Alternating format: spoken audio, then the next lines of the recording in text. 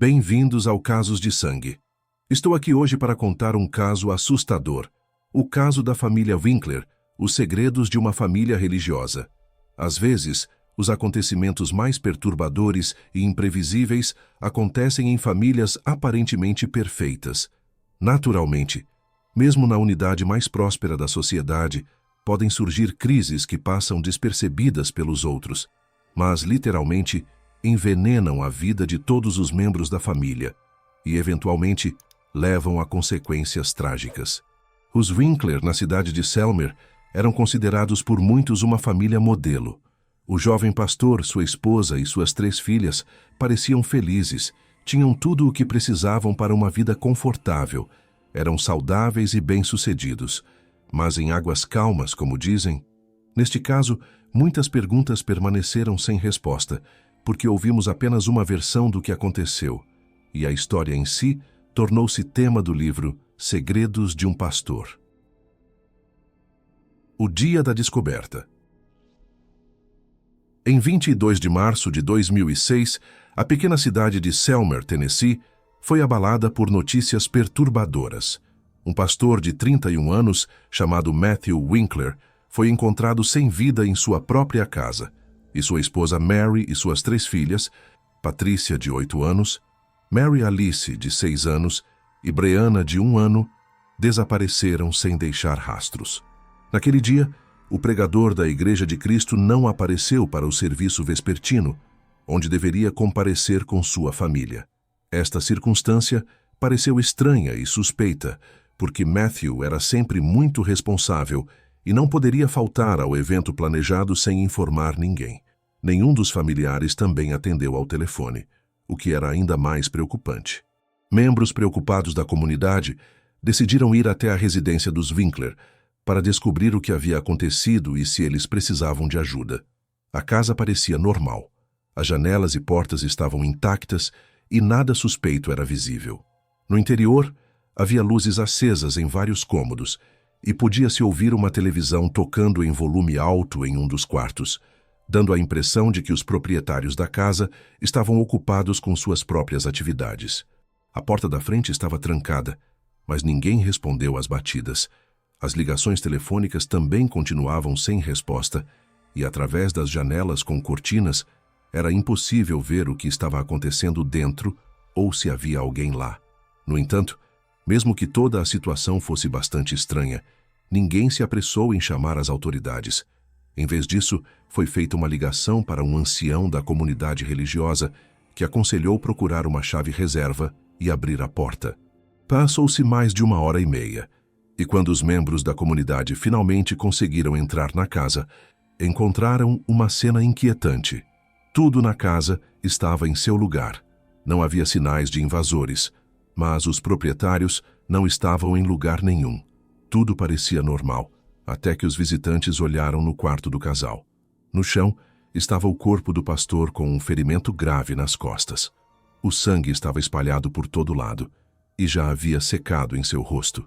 Naquele momento, o corpo já havia esfriado e enrijecido. Era óbvio que Matthew estava deitado ali por muitas horas e provavelmente tinha sido atingido pela manhã, pois estava vestido com seu pijama. Foi só depois disso que as autoridades foram chamadas. Quando chegaram, uma multidão de vizinhos, frequentadores da igreja e curiosos já havia se reunido dentro e ao redor da casa, interessados no que estava acontecendo. Todas essas pessoas deixaram suas impressões digitais na cena, além de pegadas, apagando ou destruindo possíveis evidências, o que complicou muito o trabalho dos investigadores. As autoridades levaram o corpo para exame forense e descobriram que o pastor foi atingido por um único disparo nas costas, feito com uma arma de grande calibre. Ele não resistiu aos ferimentos, sem conseguir pedir ajuda. Era simplesmente impossível estabelecer definitivamente se havia estranhos na casa naquele momento, porque as pessoas que chegaram antes da polícia haviam literalmente destruído todos os vestígios. O cenário do incidente era bastante estranho, e aqueles que poderiam esclarecer o ocorrido haviam desaparecido. O paradeiro da esposa e das filhas permanecia desconhecido. As autoridades consideraram a possibilidade de que a mulher e as crianças pudessem ter sido levadas contra sua vontade. Vale mencionar que a minivan da família Winkler também havia sumido da garagem. Uma busca intensiva foi iniciada e o Estado emitiu um alerta amarelo, o que significava que crianças estavam desaparecidas. Todos os cidadãos foram solicitados a ficarem atentos e auxiliarem na busca. Mas vamos analisar toda essa história desde o começo. As raízes da tragédia. Matthew Bryan Winkler nasceu em 21 de novembro de 1974, na pitoresca cidade rural de Henderson, Tennessee, e era o mais novo dos 3 filhos de Dan e Diane Winkler. Nosso protagonista e seus 2 irmãos mais velhos, James e Daniel, cresceram em uma família cristã bastante conservadora. Seus pais eram muito religiosos e criaram seus filhos com rigidez e obediência. Vale ressaltar que Matthew se tornou ministro da igreja na 5ª geração. Seu pai, tio-avô Michael, avô Wendell, bisavô Merlin Winkler e tataravô Merlin Paul Winkler Sr. foram todos pregadores do evangelho em algum momento. O pai, para completar, dirigia a escola local de pregadores e era um homem respeitado e influente em sua cidade natal. Em sua juventude, os irmãos Winkler frequentavam a escola dominical e eram ativos nas atividades da igreja. Além disso, Matthew, no ensino médio, interessou-se seriamente por futebol, e todos que viam seu jogo em campo notavam que ele tinha talento e poderia muito bem se tornar um atleta de renome mundial. No entanto, posteriormente, o jovem decidiu sacrificar uma carreira esportiva promissora em favor dos estudos bíblicos e do ministério da igreja. Como a atividade de pregação do chefe da família estava associada a viagens frequentes, sua esposa e filhos quase sempre o seguiam. Por causa disso, Matthew mudou de escola várias vezes durante sua infância, mas a criança ativa, comunicativa e amigável rapidamente fazia amigos e conquistava respeito em todos os lugares. Quando o rapaz terminou o ensino médio, sua família morava em uma pequena cidade chamada Austin, localizada no estado do Texas. Matthew era uma pessoa criativa e tinha um carisma poderoso, mas não podia se gabar de realizações extraordinárias nos estudos. Após se formar no ensino médio, ingressou na faculdade Freed Hardeman e a concluiu com sucesso. Paralelamente, o jovem começou a experimentar seu trabalho como pastor sob a orientação cuidadosa de seu pai. Matthew era o ministro jovem da Igreja Central de Cristo na cidade de McMinnville e posteriormente foi nomeado para a posição de pregador na Igreja de Cristo da 4ª Rua em Selmer, Tennessee. A história de Mary, uma vida marcada pelo trauma. Mary Carol Winkler, cujo sobrenome de solteira era Freeman, nasceu em dezembro de 1973, na cidade de G Township, Tennessee, e era a mais velha de 2 filhas. Ela também foi criada em uma família profundamente religiosa, com regras rígidas.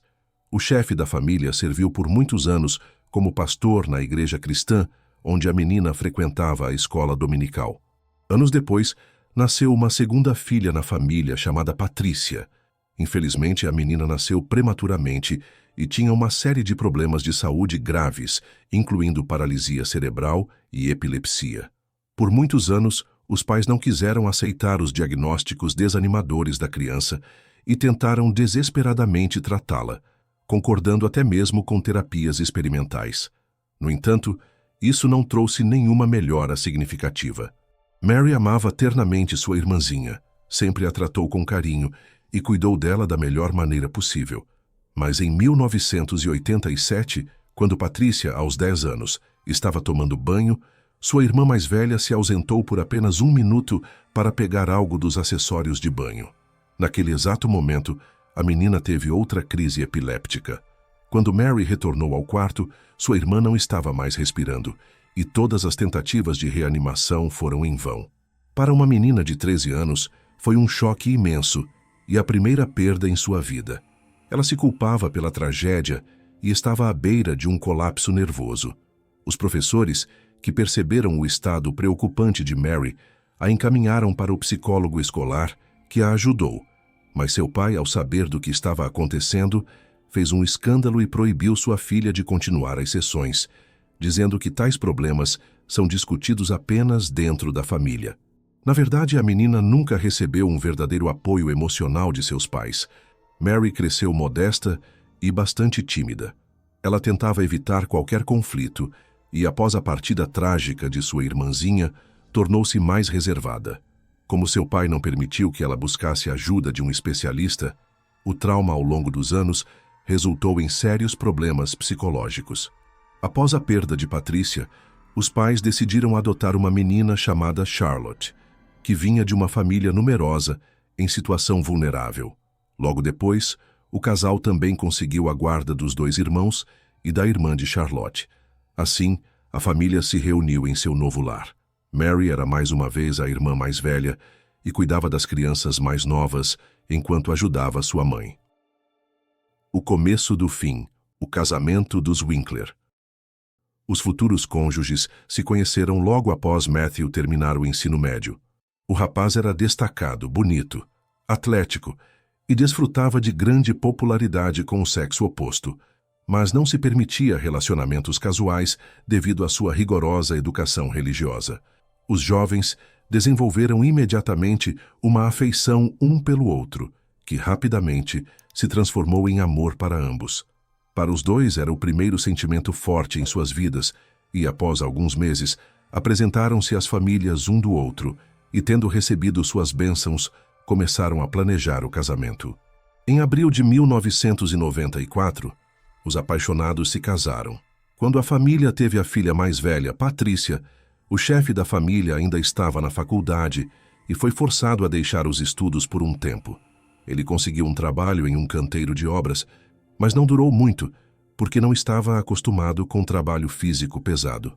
Durante este período, pela primeira vez, manifestou-se o temperamento difícil de Matthew.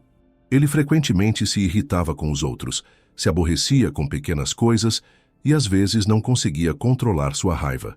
Mas Mary tentava não reclamar e não contar a ninguém sobre o que estava acontecendo em sua família. A jovem dócil, criada no espírito do patriarcado, obedecia seu marido em tudo. No início, os Winkler moravam perto da casa dos pais de Mary, então ela conseguia vê-los regularmente.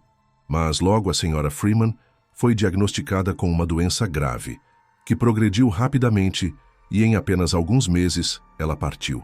Foi outro choque para Mary, e o cuidado de seus irmãos menores agora recaiu sobre seus ombros. A situação ficou ainda mais complicada pelo fato de Mary estar grávida novamente naquela época.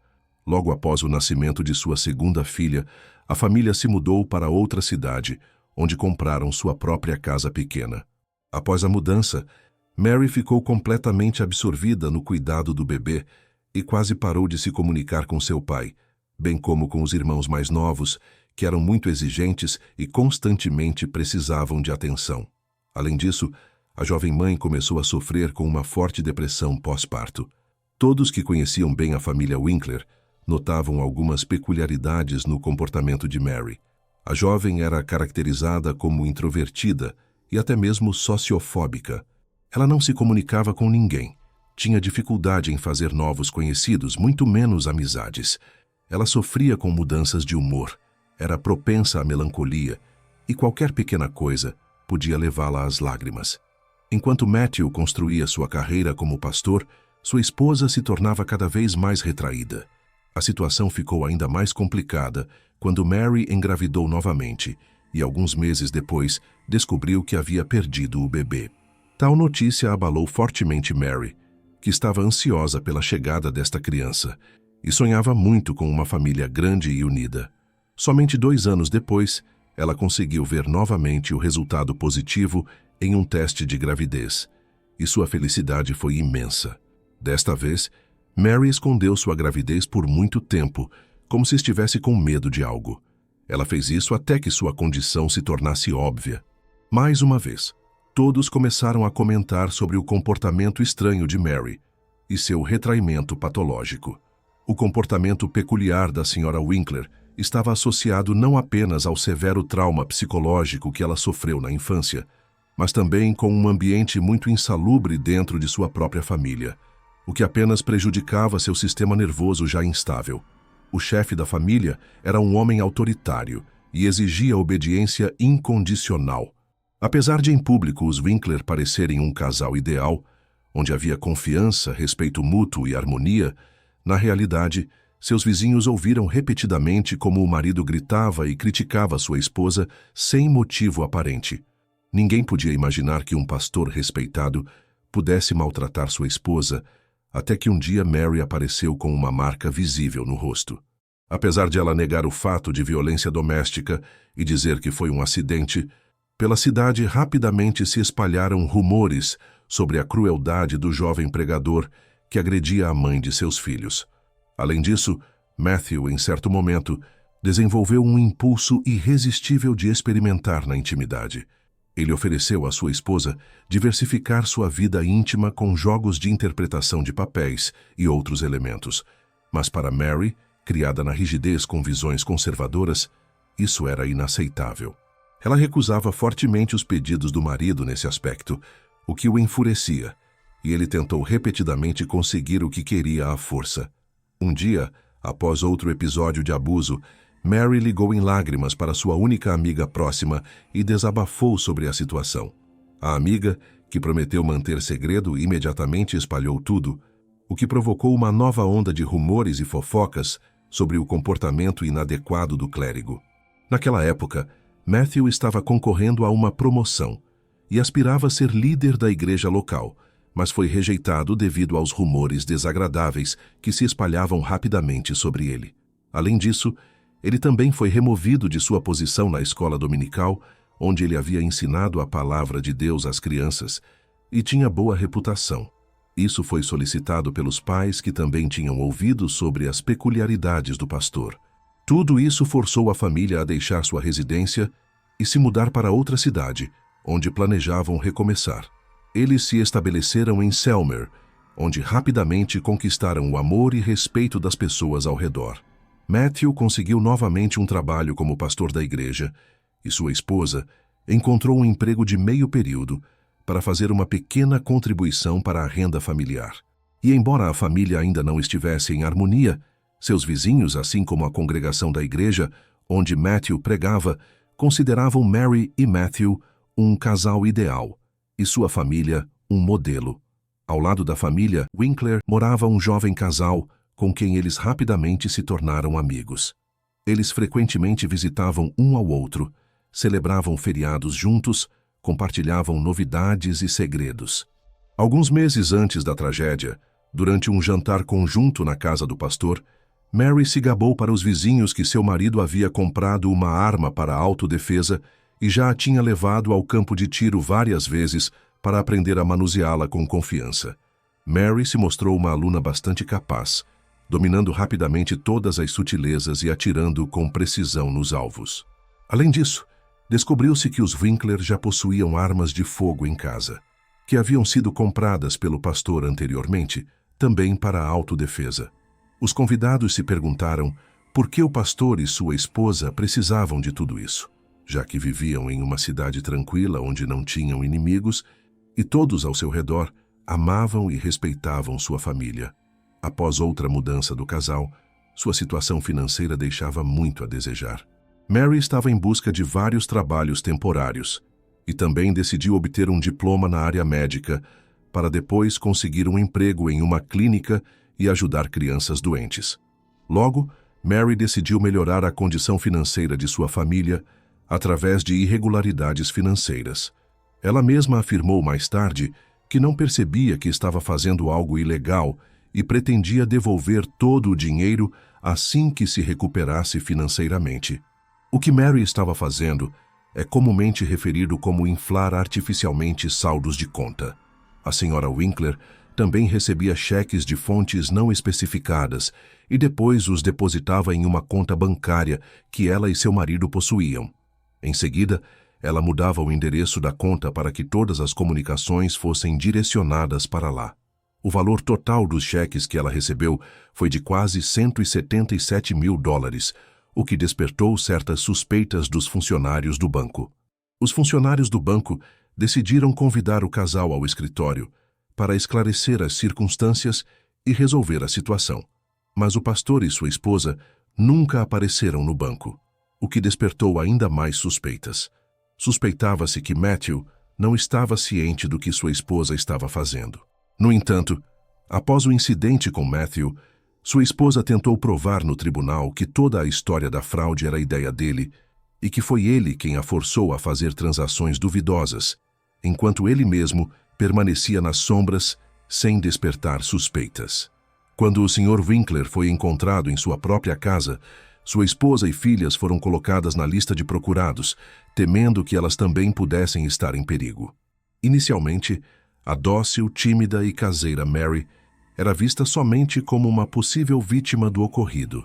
No entanto, após conversas com vizinhos e recebimento de informações do banco sobre irregularidades financeiras, ela se tornou a principal suspeita no caso de seu próprio marido. Era necessário descobrir o mais rápido possível para onde Mary havia desaparecido, onde estavam as crianças e se todas estavam bem. Elas, assim como o carro da família, foram colocadas na lista de procurados.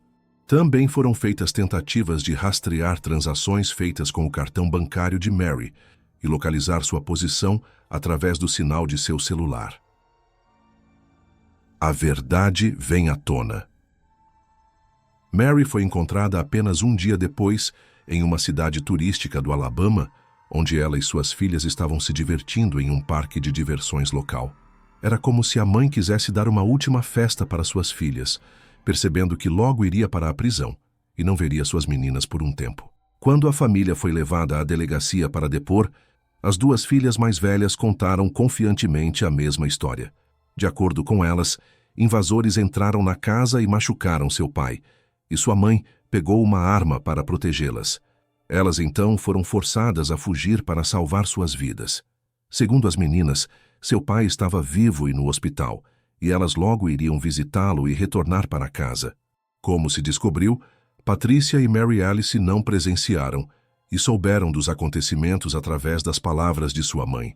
Elas apenas ouviram um disparo e viram rapidamente seu pai deitado no chão, e então sua mãe as colocou no carro e elas partiram.